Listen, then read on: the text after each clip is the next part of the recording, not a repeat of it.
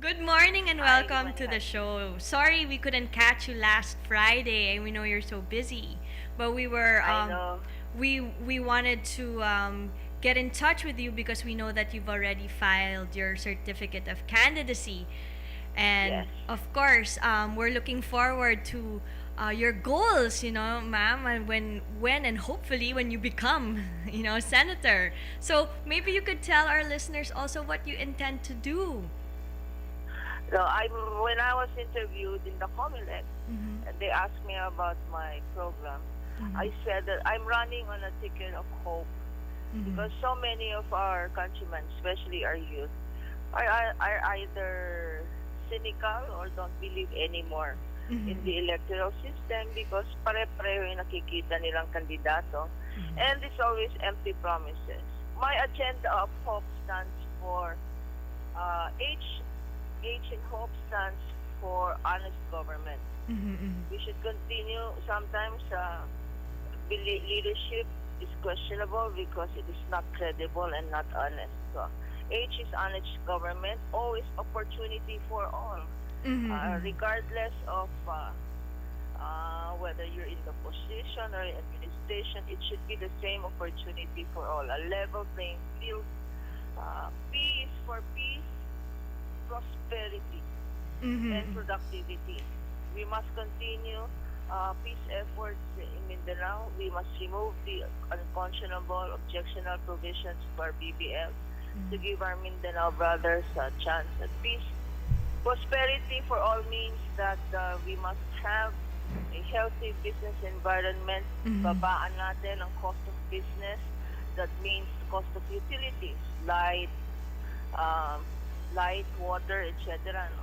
Mm-hmm. Let us not take out the cost of business on our employees because they say that we cannot increase the living wage of our employees because it's going to make business non-competitive. Mm-hmm. But why should we take it up on our employees? Sabi nga nila, hindi na living wage. It's no longer living wage. It is living wage. Yeah, nga, we Pang can't get that living. out of our minds. You told that to us last week, no, or the week before Yeah, also, that's the correct. living wage.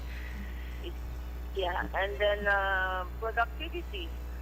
We must give incentives to local business. Mm-hmm. We must support everything that is Filipino. No? Mm-hmm. Hindi lang yung token support like congressman wearing made in Marikina shoes during the SONA once a year. No? Mm-hmm. So productivity, that means you lower taxes as well.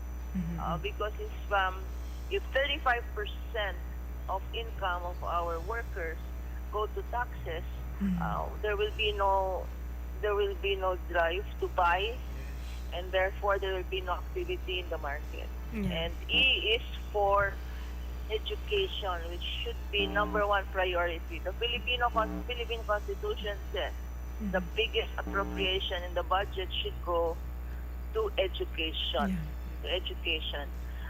E also is for environment Mm-hmm. and climate change. No candidate has an agenda for climate change, Mm-hmm. and that's what we will carry. And lastly, of course, sustainable development. Yes. Of course, we have students, no? And like I mentioned, ma'am, when you did talk about the living wage, Yeah. that really hits Yes, hard on to the core, especially for them because of the daily grind that they go through, and they're just students, ma'am. yes, and their hope is their hope, no? Yes, Because ma'am. they will be the students, then they will graduate and will not join and will only join the unemployed. Yeah. Mm-hmm. Ma'am, actually I agree in what you said na kumbaga, napagod na kaming maniwala. Kasi actually, ma'am, most of the youth today really look after authority kasi in the past few leaders of our nation, we see, kumbaga, hindi namin makita yung authority dun sa position nila. Yes, they are in the biggest position here in the Philippines, the president, the vice president, and hindi namin makita yung, kumbaga, yung pagiging, yung na pinanindigan nila yung ano nila, ma'am, yung position nila kasi actually the Philippines really needs a lot of change. Kumbaga, if you could see the span of time for 6 years, and nakita ko kasi ma'am yung yung pagkakaiba nung living nung kumbaga way of living from the past 6 years, and nothing really has changed. It just got worse. In my perspective, mama, and also I think in the perspective of the other youth, kaya siguro ma'am napapagod na silang read to kumbaga to get involved. Kaya ngayon siguro ma'am, we take this opportunity to really voice out ourselves na we are after a leader who has a vision for the country. Kasi today ma'am, in the a lot of political personnels really lack vision, na hindi we cannot see any platforms in this aspect, in the aspect in which really needs attention in our country. And lalo na ma'am yung out of school youth, since K to 12 went out, nawala, kumbaga medyo bumaba yung attention na ibibigay sa mga out of school youths, in which hindi naman natin sila pwede disregard kasi they're still part of the youth that has to be educated. Ma'am? That's correct. I agree, Haji. No? The number one, the millennials, your age group, 18 to 35, Yes, you ma'am. comprise more than 60% of our voting population. And if the millennials, the youth, do not believe anymore in leadership and in administration and in change, there will be indifference and cynicism. No? People will, you will become cynical, parang Yes. same, no, same banana. That is why when I talk about nothing is impossible. It's like when you win, when you hear about people winning the sweepstakes ticket and you say imposibleng manalo. But tanungin mo, bumili ka ba ng ticket? That's right. Diba? You will never win. You will never win the sweepstakes ticket. Sasabihin mo, ay nako, hindi naman ako nananalo dyan. Eh, hindi ka mananalo kung hindi ka bumili ng ticket. Ganon din sa lottery, no? In lottery, you say, I never win the lottery. And you ask that person, did you buy a ticket? The answer is no. And so that is what I am proposing. I am the ticket of hope. I am the ticket of hope. Buy into my promises. Buy into my beliefs.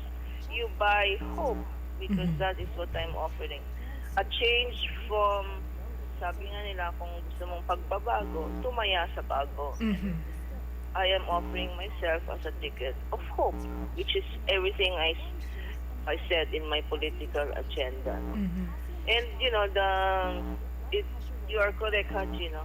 The situation is so bad that we don't have, wala na tayong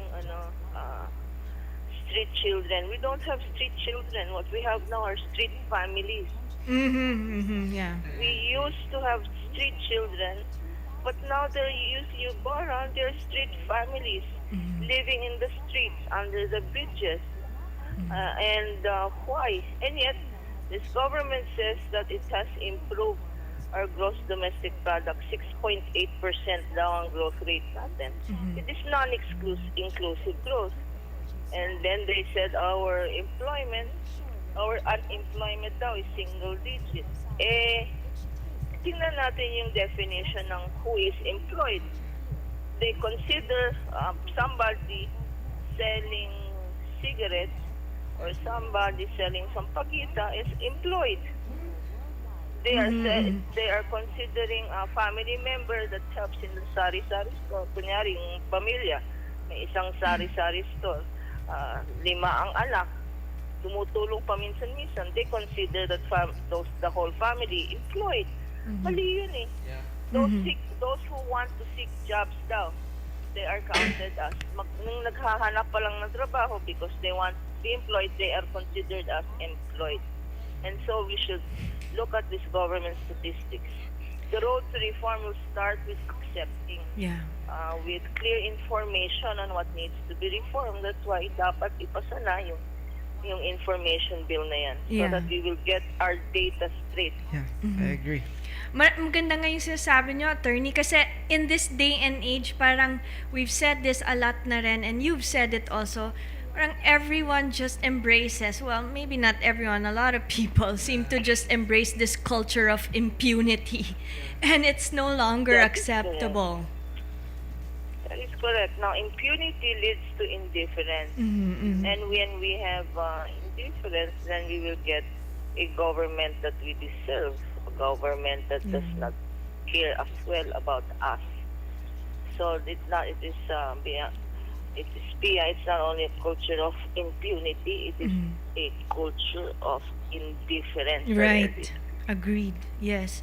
Well, ma'am, thank you so much because you get really the youth more involved, and I know that that is what you want. Yes, yes. And hoping we can have you again soon, so that you Call can me hear anytime. their views. Thank you so much, and we wish you the best, ma'am. Thank you. Thank Pia. you, and have a Thank good you. morning. Okay, that was Attorney Lorna Kapunan on the line. Thank you so much for being with us in the New Bandidos. Okay, let's take a short break. We'll be right back in the New Bandido show. Stay tuned.